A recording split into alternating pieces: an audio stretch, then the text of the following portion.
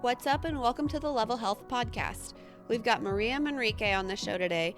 Maria is a nutrition coach and competitive powerlifter, so it's fitting that we're talking about what it means to utilize a sustainable and impactful approach to nutrition coaching for powerlifters. Big thanks to Maria for coming on our show. You can check out her Instagram at The Eat Method or visit her website, theeatmethod.com. We'll have both of those linked in the description below. Thanks for listening, and we hope you enjoy the episode.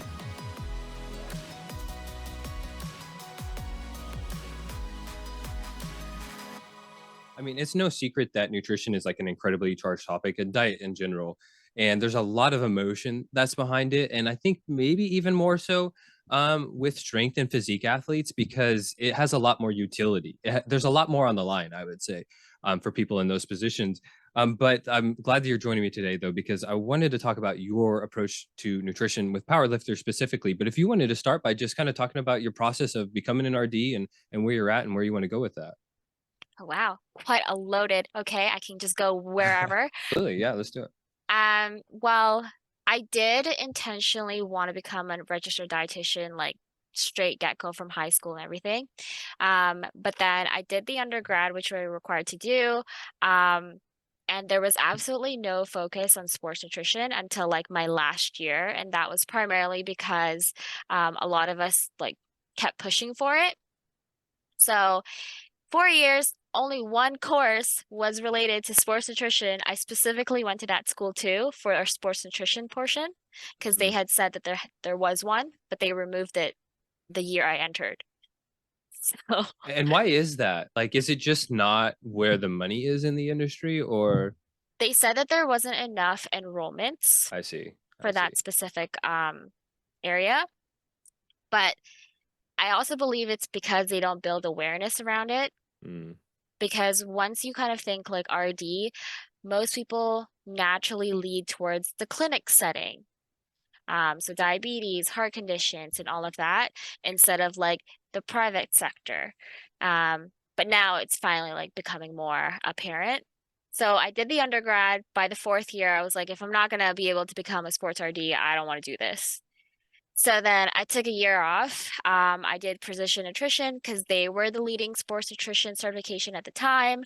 And then I was also getting my feet wet in the powerlifting community. I joined a team. I competed like 8 times in a year.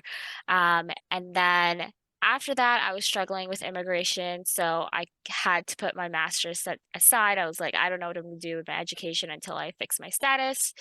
And then once I got deported, I was like, okay, now I want to become a dietitian. So I was trying to sort it out with my alumni. I was like, how do I do this when I come back and everything?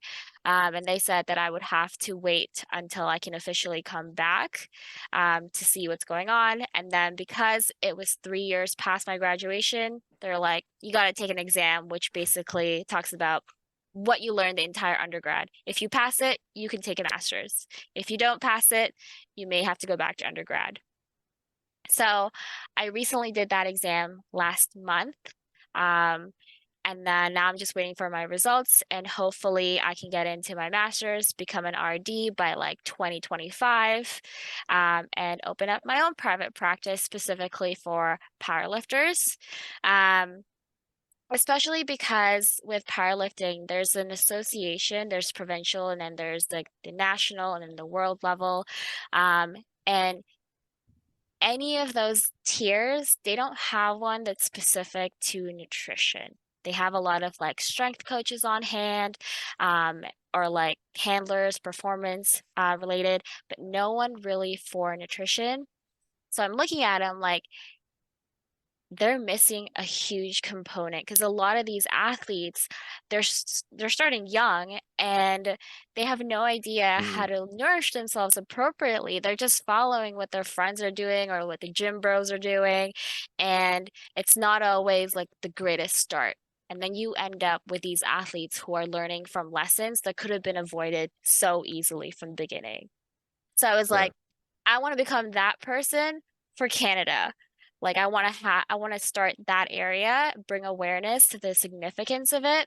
So that way powerlifting, one, becomes a bigger sport than it is. Two, the newer powerlifters, this new generation that's coming in, they're coming in educated and they know how to nourish themselves as opposed to just Googling it. Yeah. Why is nutrition a almost like a second thought for athletes across kind of across the board, but specifically with strength athletes? It's kind of just whatever gets passed down from somebody that's stronger than you. Honestly, it seems like that's usually how it goes. I think it's the association of like the word itself, strength, because Mm, we think strength, we think like lifting, just physical.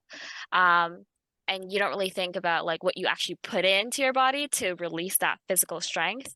And then when we look at high level athletes or like athletes we're relatively closer to, um, we see what they're eating and it's not always the greatest. So we believe like, okay, we don't have to focus on nutrition because like they don't find it important until like you check out the higher level athletes who are probably not going to be that present on social media yeah. because they're so focused on nutrition, training, and keeping everything on point and having a life as well.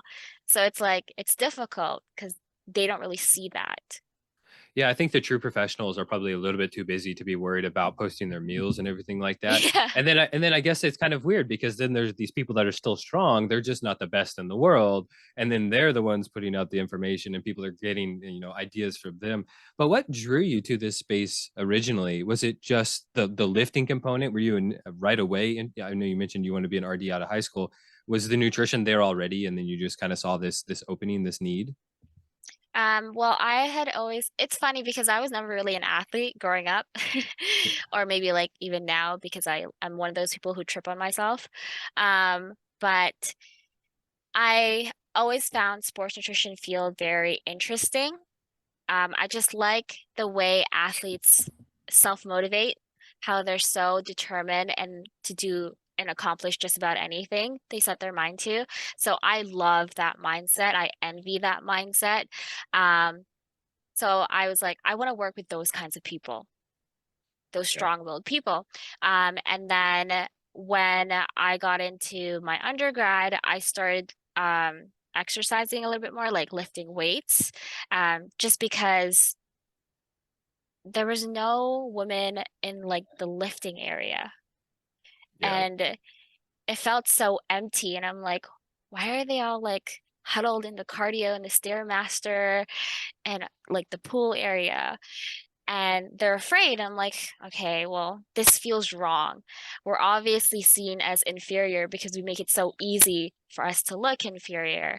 So I wanted to step in and be like, okay, let's get this movement going. And then I found like this community who's filled with like a lot of strong women. I'm like, okay, I want to become a part of that community because I want to support this movement. Um, so then I got into my first powerlifting meet because my sister introduced me to it because she said that I would be a great fit. It was a mock meet. I ended up not being able to compete because I got injured. So don't prepare for your first meet without a coach. Probably a good idea, yeah. Yeah. And then I ended up competing a little bit later after I got treated. And then afterwards, I thought I was gonna quit just because just the journey of like the lifting alone was so um, difficult. But then I found like a community with my undergrad. The school, they had a team and I joined and the community was there. And I was like, okay, this is starting to be great. And then I met my boyfriend there. I'm like, oh my God, it's even becoming more intertwined. And then it became more serious. And now I'm like, now I can never leave powerlifting. Yeah. That's basically how I got intertwined in powerlifting. And did you right away fall for? I think we can kind of describe the traditional landscape of nutrition with powerlifters, and then kind of just talk with you, how you originally, what your, I guess, mistakes, honestly, because that's all we can do is kind of learn from those mistakes. So the traditional approach, and then any mistakes that you made as well.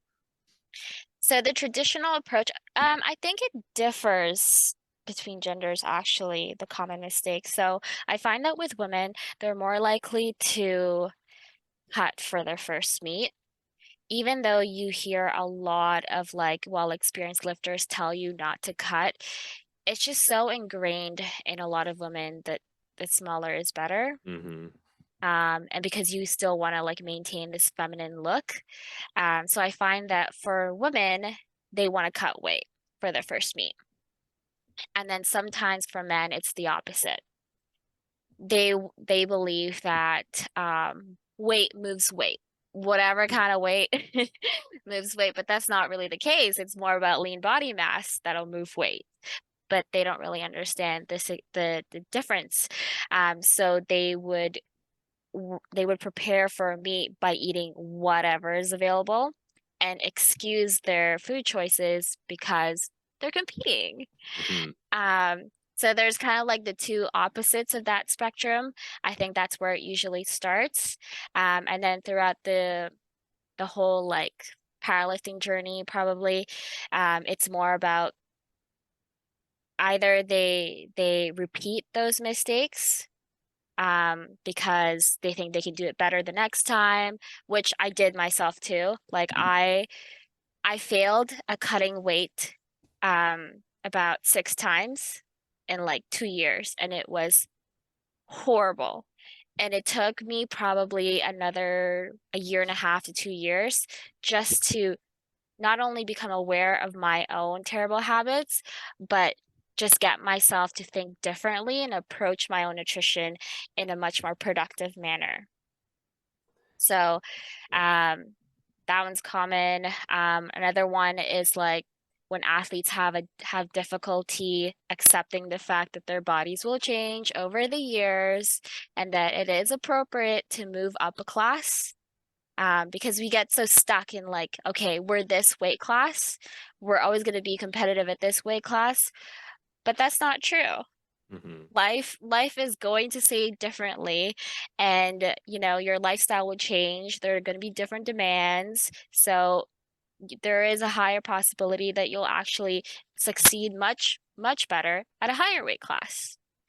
So I think it's more about like accepting the change throughout the powerlifting years, but also understanding that um, the weight on the barbell is the weight that's important Yeah.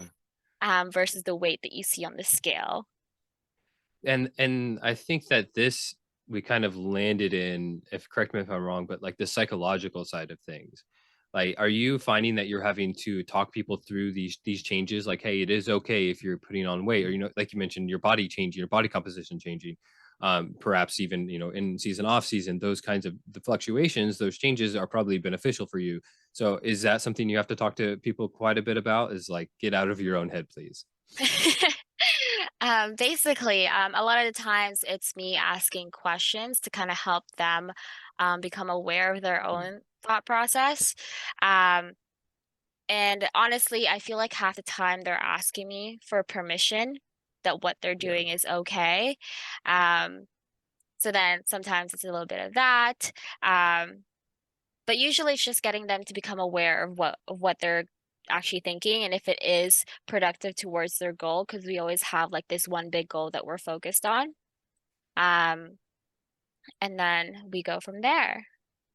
You said productive a few times, and that's like I keep coming back to that word because it is so useful, especially when people have very concrete goals, like they're stepping on stage or they're stepping on a platform or anything like that. And I've worked with a few very high level power lifters and strength athletes, and it often does become unproductive because they get so in their own head. And I wanted to ask: did you get that kind of understanding from practice, or I mean? I've talked with a lot of people who've done precision nutrition, and it sounds like they do an amazing. It's pretty clear they do an amazing job. But you kind of alluded to the fact that potentially your academia, the school, didn't really do as good of a job. So, did you get that background from precision nutrition, or just practicing on your own? Like, where did the shift, if it did occur, where did the focus towards psychological or the realization that it is important come from? So it's a little bit of a combination. In my undergrad, I actually did a minor in psychology and did Oh, a very couple nice. of sports psych courses. Because at the time I actually thought that I wanted to work with individuals with eating disorders. Mm, But then they had this sports psych section. I was like, I'm in. Um, but it was from that. It was also from precision nutrition because they did a lot with cognitive behavioral Mm, aspects. And then I did a lot of their other like continuing certificates to help me with the behavior aspect. And from experience, like me myself being in my head as an athlete, and also seeing my own athletes be in their head, and then at the end of it, proving themselves wrong. yeah. So it's been a lot of like the combination. Um, but right now, usually what usually works with my clients is I usually get two types. So one who will understand it from my own personal experience, or two, someone who's really adamant that they want to go their path. Um, and obviously I allow them because at the end of the day, they get to choose what they're going to do. Mm. So the best that I can do at that point is just guide them so they don't like severely damage themselves. Um, so the second client, they would be adamant about doing whatever they would want to do. And then by the end of like, say after the competition, they realize that what they wanted to do was not actually what they wanted. And it comes to that conversation like, so are you aware that your decision was not the greatest decision? And they're like, yeah, I get it now because I have experience. Like, okay. So it is funny that I don't know if it's just because the state of the industry or what, but what you kind of were speaking to, I'm sure you're aware of this, is that client-centered approach. Like they have the tools and they know what's best for them. And it's funny, I think that that might be the biggest contrast between a traditional approach just within fitness and nutrition in general, and the more modern and evolved approach to working even with strength athletes. Because I would bet that 10, 15, 20 years ago, there was not a single bit of that occurring in the powerlifting space, in the nutrition space. It was very specific. It was very prescriptive, honestly. And that was just really across the board because you're going to a coach, a powerlifting coach, whatever it is, and they are the authority. And I think even further than a traditional just working with a personal trainer, you're kind of your tendency is to just offset all or offload all of that responsibility to the coach. So it was interesting to hear you say that, even within this very specific, very specific pursuit, you are still utilizing a client-centered approach. That was interesting to hear. Yeah, I think precision nutrition also like hones in on that, like focusing client centered. Um, because well, I always kind of like to think like, how would I like to be coached? Because a lot of these powerlifters, they come to me because they resonate with my own, like my mindset, how I approach things, or if they want to become or emulate that kind of mindset. So we're already starting off with some kind of similarities. So I like to think, okay, how would I respond, or how would I react, or how would I feel if it was like this? And when it comes to competing, especially powerlifters who are so competitive, and so detail oriented, um, you can be a little bit stubborn, like, Yeah.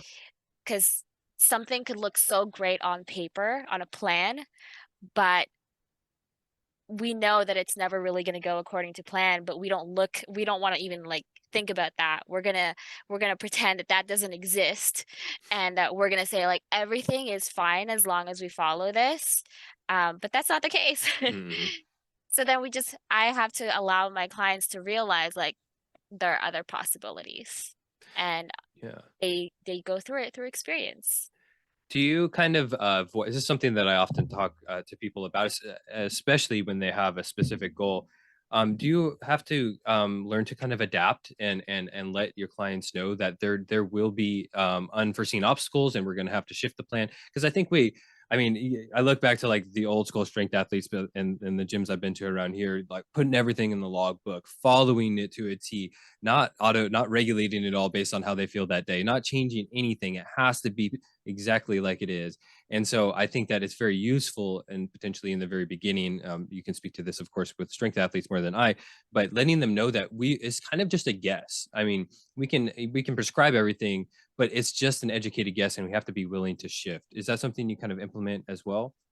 Yeah, I usually say it right in the beginning in the consult, and to let them know like this is trial and error we're working with. Like you probably know your body best, but at the same time, you don't really know how your body's going to behave under these circumstances or when we do X, Y, or Z. So just understand that it is going to take some time and patience because even with with making weight alone, I let them know, like if it's for the first time, I'm gonna let them know like, hey, it's your first time, you have absolutely no experience, we have absolutely no data to help us figure out what's best for you at this time. So you and I, we're both starting at a blank slate. Hmm. And they appreciate the transparency because at that point it's like we're both being honest with ourselves. I don't think that that honesty or the client-centered approach can exist without that honesty from the very beginning. I think it just is, it would be completely incongruent. But you mentioned something a little while back that I wanted to touch on, that you had an interest in working with people with eating disorders in the beginning. And I would guess that you may end up coming up with some red or noticing some red flags in your clients, especially in the I strength do. world. Is that something that is fairly common? You know, looking back, like, oh, that's actually an indication of potentially disordered eating, if not a full blown eating disorder. Yeah, I have had a couple of times where I've had to refer them out and let them know like, hey, I truly believe that with what we're working with or with um, our history and what I know of you, I think it's best that you go see X, Y, and Z. It They would have much more knowledge and tools to help you assist. And then if they're okay with us working at the same time, then I'm all for it. If not, I don't mind. I just want you to get the appropriate help that you need. So I have had instances where it is like that. Um, I've also had instances where I previously mentioned where they asked me for permission. So if something like that happens often and it's like the same case, I usually like let them know like, okay, this is the reason why we don't do this and this, and it's because it has a higher risk of leading to a specific disorder. And that is not what TEM is about. We want to prevent that. We want to stray away from that path. And then usually sometimes they'll start to think about it and like do their own research and they'll actually reach out on their own to that specialist. Where is that threshold at for you? I think that it's pretty clear that some of this is within our scope, and definitely when you're an RD, of course, it'll be much more within your scope. But even as a personal trainer, there's some amount that we, at the very least, need to investigate. I think as a fitness professional, in order to get more information, you know, just kind of you know, elicit some responses from them. But where is that threshold for you in terms of sending out to refer to an actual specialist? Um, I usually wait until like after 8 to 12 weeks, just because a lot of the times we say things out of societal norms and because we don't know the other person that we're talking to. And usually by the 8 to 12 week mark, your true personality comes out to your coach. We all know it. They try to hide it, but it comes out at 8 to 12 week mark. And if it still persists, then that's where I start to ask a lot more questions. So that way they can come to the conclusions themselves. And if they don't, and it's starting to hinder our progress together, that's when I would come in and be like, hey, we need to talk about this. Yeah, that makes sense. I mean, people, it's no secret that people kind of often tell you, and that's kind of leads into my next question for you, but kind of tell you what you want to hear at first. They feel like they're being graded, or Mm-hmm. you know, they're under some sort of assessment process. But in reality, like, it's our job as fitness and nutrition professionals to be able to, I believe the term is unconditional positive regard, like let them know that there's no judgment occurring. So what are some I guess strategies that you utilize to kind of elicit some responses and will develop rapport with somebody and trust? And usually I start from, yeah, I start from the beginning, either when they're just simply inquiring about coaching, or in the consult itself. I let them know that like just like you, I am an athlete. I'm a powerlifter as well. I'm also like meal prepping, doing my own nutrition. I'm going through very similar strategies that you'll be going under. So I can understand what's going on. And at the same time, I can only be the best coach for you if there is that two-way street between us. We're collaborating for this program. Um, and that's why I always ask them to be very open with me if they're comfortable, and if they find something to be uncomfortable, just let me know so that way we can draw the appropriate boundaries ahead of time and set ourselves up for success. Um, it's usually like this 10 to 15-minute spiel with a consult, just because I want to make sure that we all start well from the beginning. And even when they like forget or something like that, which is usually the case, they have like this program that they can go back to, and it basically just repeats the exact same thing. Like, it's an open communication. Transparency is is wanted. Yeah. Um, and then that's when, as soon as they know that, a lot of them actually start DMing me in a much more friendly manner. And a lot of the times, it doesn't even feel like I'm talking to a client. It feels like I'm talking to a friend. Um, and then at that point, it's like up to me to kind of make sure that I maintain my professional boundaries, Hmm. which sometimes is a little bit difficult, but now I feel like I'm getting the hang of it. Yeah, it absolutely can. I mean, I'm speaking from personal trainer side of things, but people fall in love with not just me specifically, but their trainers. Like it's a very, it can be a very close personal relationship, and finding that line is a little bit. Personally, like working with beginner athletes or more advanced. Do you have any preference? Um, I prefer to work with intermediate to advanced. Um, and that's what's so great about nutrition coaching, I think, at this time, is because usually it's once you get into the intermediate level that you go reach for for Yeah. nutrition coaching. Um, so I find it a little bit easier just because their mindset is a little bit more shaped at that point. And then with advanced athletes, they're a lot more independent. So I can coach a lot more of them at the same time.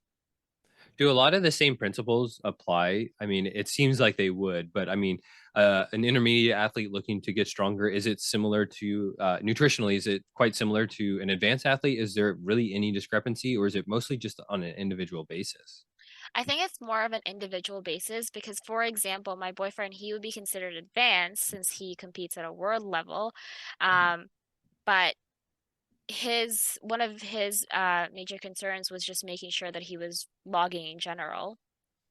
Um, and that's something that you would see in a beginner or an intermediate athlete as well. Yeah. Um, or there could be like an intermediate athlete who requires like specific like timing of meals because they're a shift worker.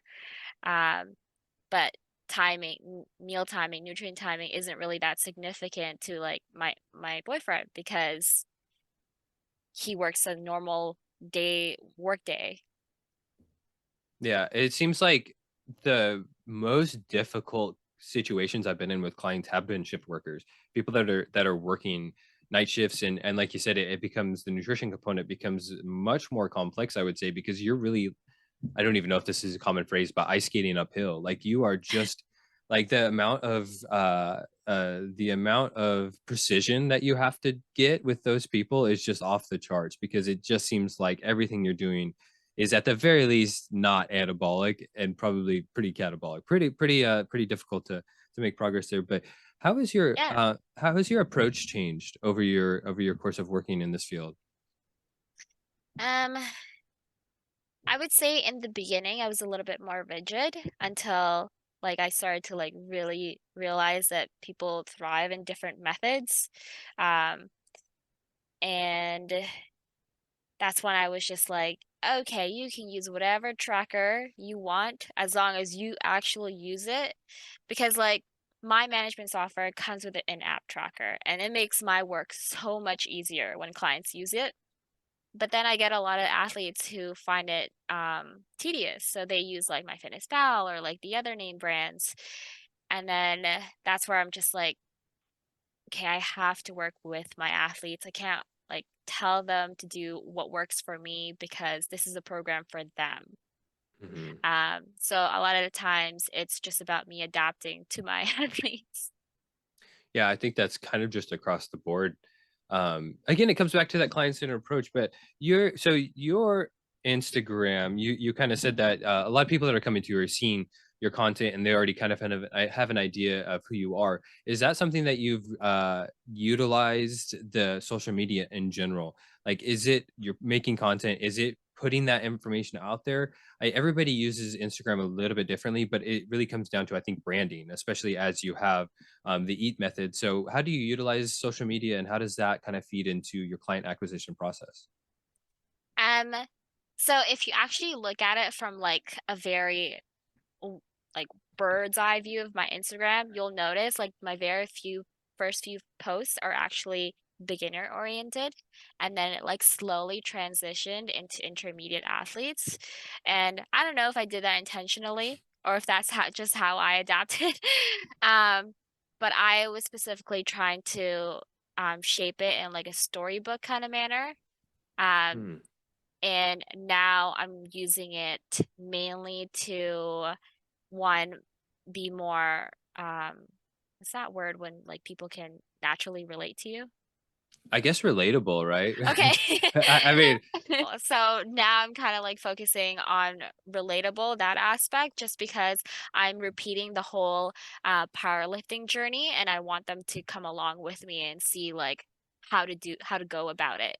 And so that way, like all the other athletes, they can gauge where they are at and what they can do to um, learn from it or excel through it. Um, it kind of seems like you're repeating, not you specifically, but if you're speaking to that beginner level athlete or beginner level fitness, it kind of seems like you're repeating yourself over and over again, just the really basic stuff that I think we take for granted as fact. But is that something like, do you still go back and hit those really basic topics? Like, here's what protein is and here's what macronutrients are, or do you try to kind of pick that little bit higher level stuff now? So I still go back to the same topics, but I approach it a little bit differently. So like for example, like you said, protein. In the beginning, I talked about like very, very beginning, I talked about what it's the functions of protein and where to get your protein from. But now when I talk about protein, I'm talking about like, hey, you need it. You need Yeah. it in general. Um, or it's sometimes it's like the other way around. Like I there's another approach where I say like you can get enough protein, but if you're not eating enough calories, there's absolutely no point.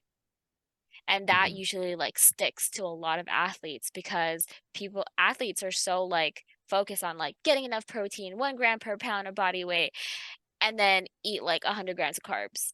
And it just breaks my heart. Yeah, I mean, I for a very long time was obsessed and completely fixated on getting abs. And so of course I was trying to build muscle, but then with that wanting abs was as big of a deficit as possible, as big as a deficit as I can get so that I don't gain body fat. But then I'm in this cycle for a good probably 5, 6 years where I was just treading water, if that. And of course, come with that being in deficit comes all types of fatigue and potentially hormonal issues, and so it was just not a good place to be in. And I can only imagine that that same mindset can certainly be applied or certainly be a problem within more specific strength athletes and things like that. I don't think that it's just fitness and physique minded people. Yeah, yeah, definitely. Awesome. Well, Maria, I have one more question for you that I did not send to you. I like to kind of take people by surprise with this, but Go for um, it.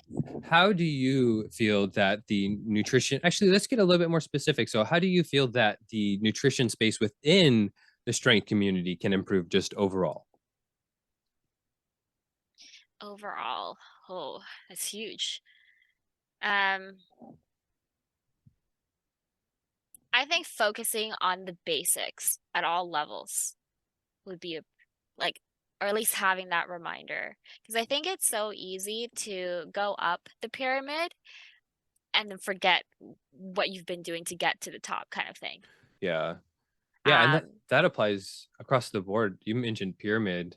Sorry to cut you off. I'll sorry, can't continue there, but it's okay. I always go back to the honestly the muscle and strength pyramids from Eric Helms because that platform, the base, the foundation, it's always there. It's and I like the way I look at it because I have other pursuits in my life now other than just fitness. So I look at that as like if you're going to do the bare minimum, that bare minimum needs to be the one that gives you the biggest bang for your buck. And so how do you end up speaking to those basics with strength athletes? Um, so okay, well, I can give you like an example. Um, like when my athletes are talking about like 6, 7 different ways to cut weight in like 3, 5 days, and we're like 10 weeks out. I'm just like, what if we just like simply follow the deficit? What if we just follow the basic principle that will help us get there? And then we can think about if you even need to do these short-term weight cutting strategies. Um, so it's kind of like those, because like when you get into a powerlifter's mindset and nutrition, it's so common to just think about that meet week, that 1 week. And it's like, Mhm. hey, you have a lot more time.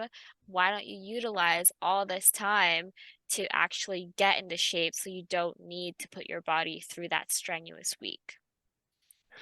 What is it that draws us to that extreme like that very extreme approach, honestly? What is it that draws us to that, do you think? I think it's because it's one of the distinguishing factors of powerlifting to other Mm. strength sports. So like with like boxing, it's the spitting. So that's like one of the main things when it comes to like nutrition. Spitting in a bottle to cut weight? Oh goodness, yeah. I saw that. I went into the Spitting in like military. sauna, I think that Yeah. would be like significant. Um, what are some other sports? And then like even if you look at like a non-strength like ballerina, they're more about like dieting, just in general, just cutting as much calories as possible, eating as little as possible. Like they're like with every sport, I think there's that one distinguishing factor in terms of like what is nutrition for that sport. That makes sense. That makes sense. And within the fitness space in general, across the entirety, we have a very seemingly infatuation with kind of that martyr mentality, that like Spartan, sleeping on the floor, waking up at 4 a.m., hitting two a days, things like that. But it's good to hear because you're one of the. I think actually one of my very first podcasts was with a pure strength and strongman coach, and then since then, I've been talking on the physiology side of things, the training principles, but not so much on the nutrition side with strength athletes specifically. So it's great to hear that I mean, it almost sounds like a little bit of like a cliche now, but that client-centered approach, it just is obviously kind of the future of this space. And it's obviously permeated quite well already. But if we want to come back to the word that we talked about a little bit today, productive, like what is the most productive? What is the net effect? And what are we trying to achieve? And oftentimes it needs that input, absolutely needs that input from the client. So it was great to hear that that's something you implement as well. Yeah, I definitely don't know how to move forward for like the next week's programming unless I hear back from a client. I'm like, what happened? What's going on? Yeah, absolutely. And then of course, creating an environment where they feel comfortable sharing those things with you is absolutely essential, just across the board. So I'm Yeah. going to keep. We're going to go ahead and edit this, and it'll be going up in a couple weeks. But is there anything anywhere you wanted to send people? Of course, we'll link to your social media and everything like that. But is there anywhere else you want us to send people? My website. Let's go with that. Because Absolutely. Is it what I is it? do plan on like blogging soon and hopefully get some traction there. Well, there you go. ChatGPT is ready for you. Just get on that. But Just in time. yeah, absolutely. I mean, it only keeps getting better. But it was great talking with you today, Maria, and we'll